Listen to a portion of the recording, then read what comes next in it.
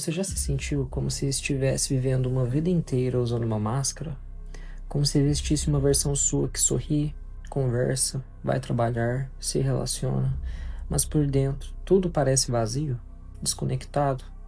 Como se houvesse algo sombrio, inominável dentro de você e que ninguém pudesse saber. Talvez você nunca tenha pensado nessas palavras, mas é bem possível que em algum momento você já tenha sentido o que Dexter Morgan sente todos os dias. Porque, apesar dele ser um assassino, que é algo inegociável, Dexter representa algo muito mais profundo. Ele é um espelho psicológico e filosófico do que acontece quando a dor que a gente esconde é ignorada por tanto tempo, que ela começa a viver uma vida própria. E é aí que começa o nosso mergulho de hoje, porque essa história do Dexter pode parecer um suspense sombrio sobre crimes e manipulações, mas na verdade ela fala da gente, fala de identidade, de repressão, de vazio existencial e principalmente da luta silenciosa entre aquilo que somos e aquilo que fingimos ser. Vamos falar de Carl Jung e sua teoria da sombra. Vamos mergulhar no niilismo e na ideia de que a vida às vezes parece sem sentido. Vamos olhar o que o estoicismo diz sobre como lidar com nossas emoções e o que tudo isso tem a ver com o fato de tanta gente hoje viver desconectada de si mesma. E para isso, a gente começa com uma pergunta simples, mas que pode incomodar. Quem é você quando ninguém está olhando? Dexter sabe muito bem quem ele é quando ninguém vê, e é exatamente isso que o torna tão assustador e tão humano. Carl Jung dizia: aquilo que você mais precisa estará onde você menos quer olhar. Dexter Morgan é a personificação dessa ideia. Ele é o que acontece quando a sombra, aquela parte reprimida, escura da nossa psique, deixa de ser ignorada e ganha forma, propósito e voz. Desde criança, Dexter sente que algo está errado dentro dele. Ele não sente como os outros, não reage como os outros, e ao invés de receber a ajuda real, ele recebe um código, um manual de conduta, um jeito de domar aquilo que ele sente, ao invés de entender. Harry, seu pai adotivo, acredita que está fazendo melhor. Ele ensina Dexter a canalizar seus impulsos assassinos apenas matando aquele que ele julga que merece, mas sem perceber que ele reforça a ideia de que aquele lado dele é inaceitável, monstruoso, perigoso demais para ser compreendido. Dexter cresce acreditando que ele precisa fingir que sente, fingir que se importa, fingir que é humano. Ele se torna um especialista em observar emoções nos outros. Mas e em si mesmo? Nada. Só um vazio. Só o passageiro sombrio. Essa ideia do passageiro sombrio é muito simbólica. Ele descreve esse impulso interior como algo separado, como se fosse outra identidade, alheia a ele.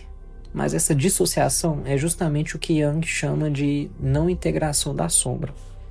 Porque a sombra não é um demônio externo, é uma parte sua. É o que você reprimiu, o que você escondeu, o que foi julgado, inaceitável demais para ser mostrado. Quando você não olha para isso, esse lado age por conta própria. Dexter é o que acontece quando a sombra não é acolhida, é alimentada em segredo. E quantas vezes isso acontece com a gente de formas muito mais sutis? Quantas vezes você reprimiu raiva porque não é certo sentir isso? Quantas vezes você escondeu tristeza porque te disseram que você tem que ser forte? Quantas vezes você vestiu uma máscara sorridente enquanto por dentro você gritava? A verdade é que todos nós temos uma sombra. E quando a ignoramos, ela encontra outras formas de se expressar. Às vezes em explosões de raiva, às vezes em vícios, em comportamentos autodestrutivos ou até em um vazio existencial, silencioso e que te consome por dentro. Dexter, ele é extremo sim, mas ele é uma metáfora viva do que pode acontecer quando negamos partes importantes de quem somos. E é aí que começa a verdadeira jornada dele, e talvez a nossa também. A jornada de parar de fugir da sombra e começar a escutá-la. Dexter é, acima de tudo, um estrategista, frio, calculista, metódico. Ele planeja cada detalhe, evita o improviso, mantém o autocontrole com uma disciplina quase militar, e ele vive como se estivesse sempre preparado. Isso te lembra alguma coisa? Para muitos pode soar como um exemplo de força emocional, de autocontrole, de alguém que não se deixa levar pelos impulsos. Algo quase admirável. E aqui entra o gancho com a filosofia estoica, pois os estoicos pregavam justamente o domínio das paixões, a serenidade diante da adversidade, o controle sobre o que está ao nosso alcance e a aceitação do que não está. Eles falavam sobre agir com razão, não com emoção. Dexter parece personificar isso, mas só parece, porque o autocontrole de Dexter não vem de uma busca pela virtude, vem do medo. Medo de perder o controle, medo de mostrar quem é, medo de ser rejeitado, medo de ser pego, medo de sentir. O estoicismo verdadeiro não é uma fuga das emoções, é uma integração sábia entre razão e sentimento. É saber que emoções existem, mas não permitir que elas nos dominem. É ter clareza sobre o que nos afeta e escolher como reagir. Dexter não sente que pode escolher, ele reage escondendo, fingindo, controlando a qualquer custo. Ele não se blinda por sabedoria, se blinda por sobrevivência. E isso é muito mais comum quanto parece. Quantas vezes você já ouviu que homem não chora, que precisa ser forte, que não pode demonstrar fraqueza?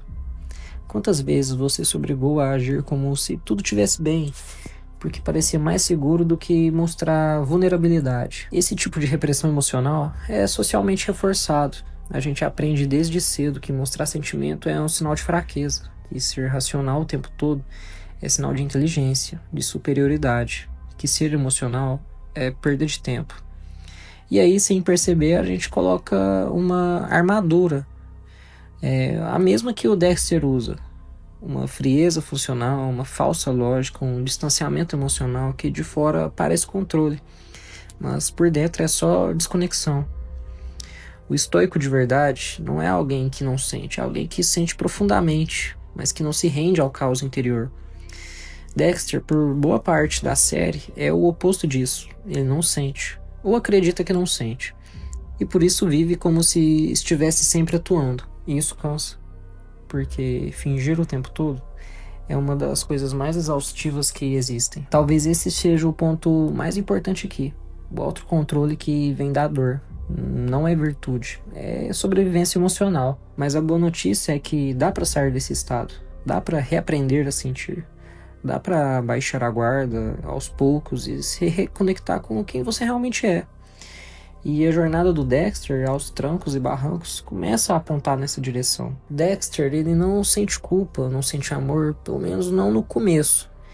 E isso é assustador, mas também é profundamente simbólico. Dexter observa o mundo como um teatro, um lugar onde todo mundo tem um papel, segue um roteiro, sente coisas que parecem programadas, alegria, tristeza, empatia, indignação. Tudo parece mecânico, artificial para ele, como se fosse um espectador de um espetáculo que não entende, mas precisa fingir que faz parte. Essa sensação de deslocamento, de estar presente fisicamente, mas emocionalmente ausente, é uma dor silenciosa que muita gente carrega. Dexter é livre, mas essa liberdade o isola, o esvazia. Ele não vê propósito nas regras sociais, não sente o que se espera que ele sinta, não se conecta com os rituais do cotidiano. Vive, mas sem a vivência. Age, mas sem emoção.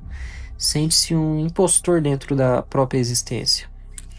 E essa sensação de vazio funcional é muito mais comum do que se imagina. Quantas pessoas hoje vivem assim?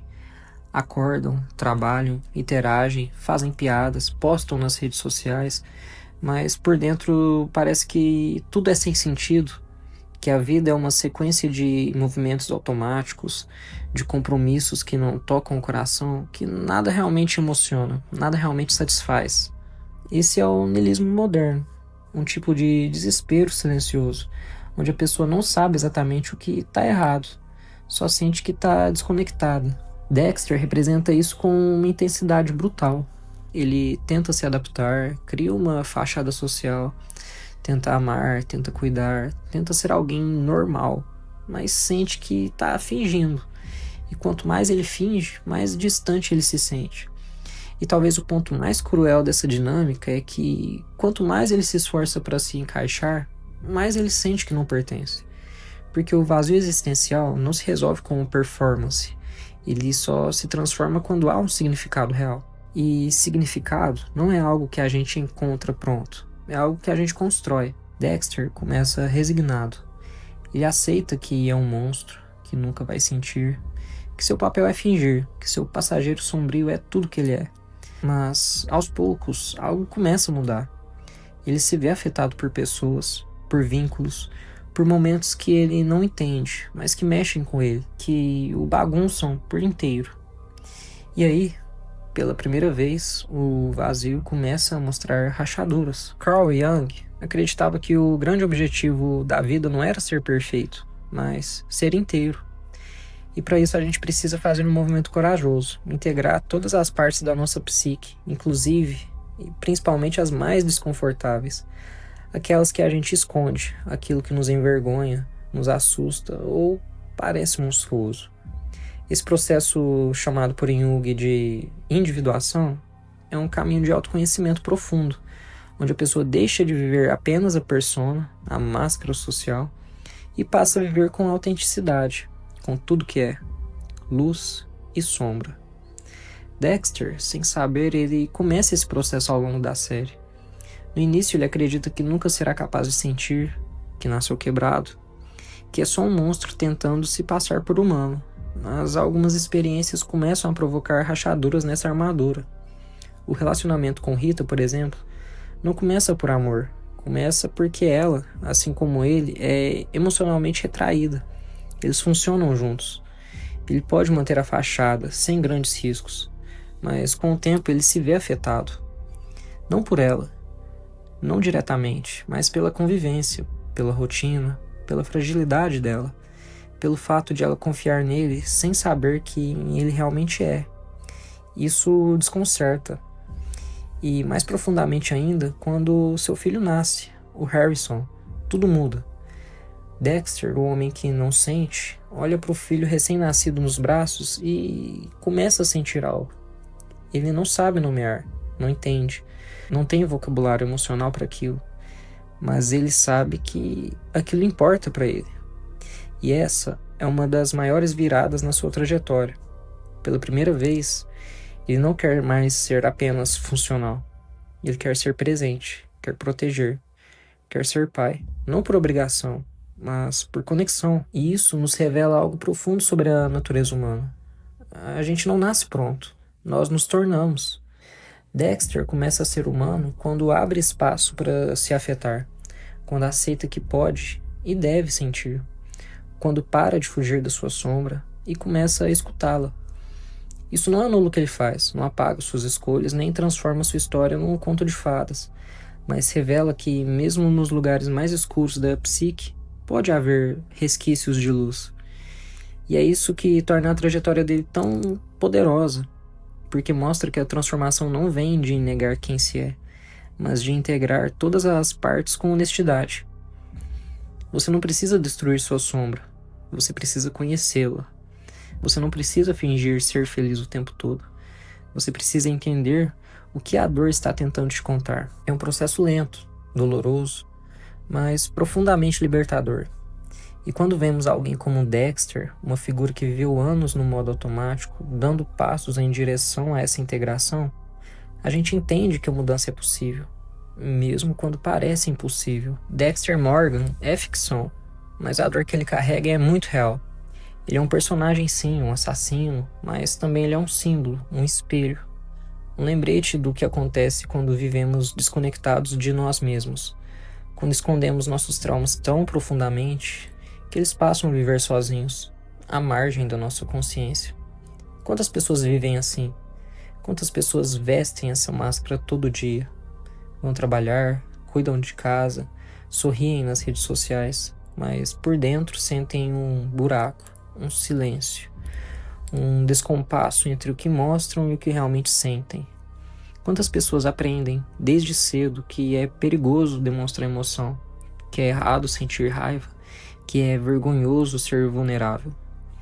Quantas pessoas foram ensinadas a esconder a sombra, ao invés de compreendê-la? Dexter não é um modelo a ser seguido, mas é um convite à reflexão. Porque, de certa forma, todos nós temos um passageiro sombrio, Pode não ser homicida, pode ser só a raiva que você nunca expressou, a culpa que você carrega há anos, a dor que você engoliu calado, a ansiedade que você disfarça com piadas. E quando a gente para de fugir disso, algo muda.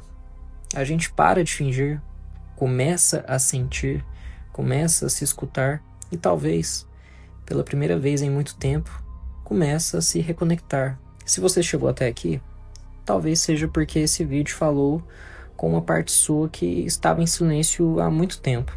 Talvez tenha tocado em alguma ferida que você vem carregando. Talvez tenha lembrado que você também tem sombras. E que tá tudo bem, você não tá sozinho. Se esse conteúdo fez sentido pra você, deixa um like. Isso ajuda o vídeo a alcançar mais gente que pode também estar passando por isso. Se inscreve no canal se quiser continuar mergulhando em temas como esse. Psicologia, filosofia, emoção, a vida real. E olha, se você está nessa busca para se entender melhor, mas não tem tempo ou recursos para começar a fazer terapia agora, eu tenho um presente para você.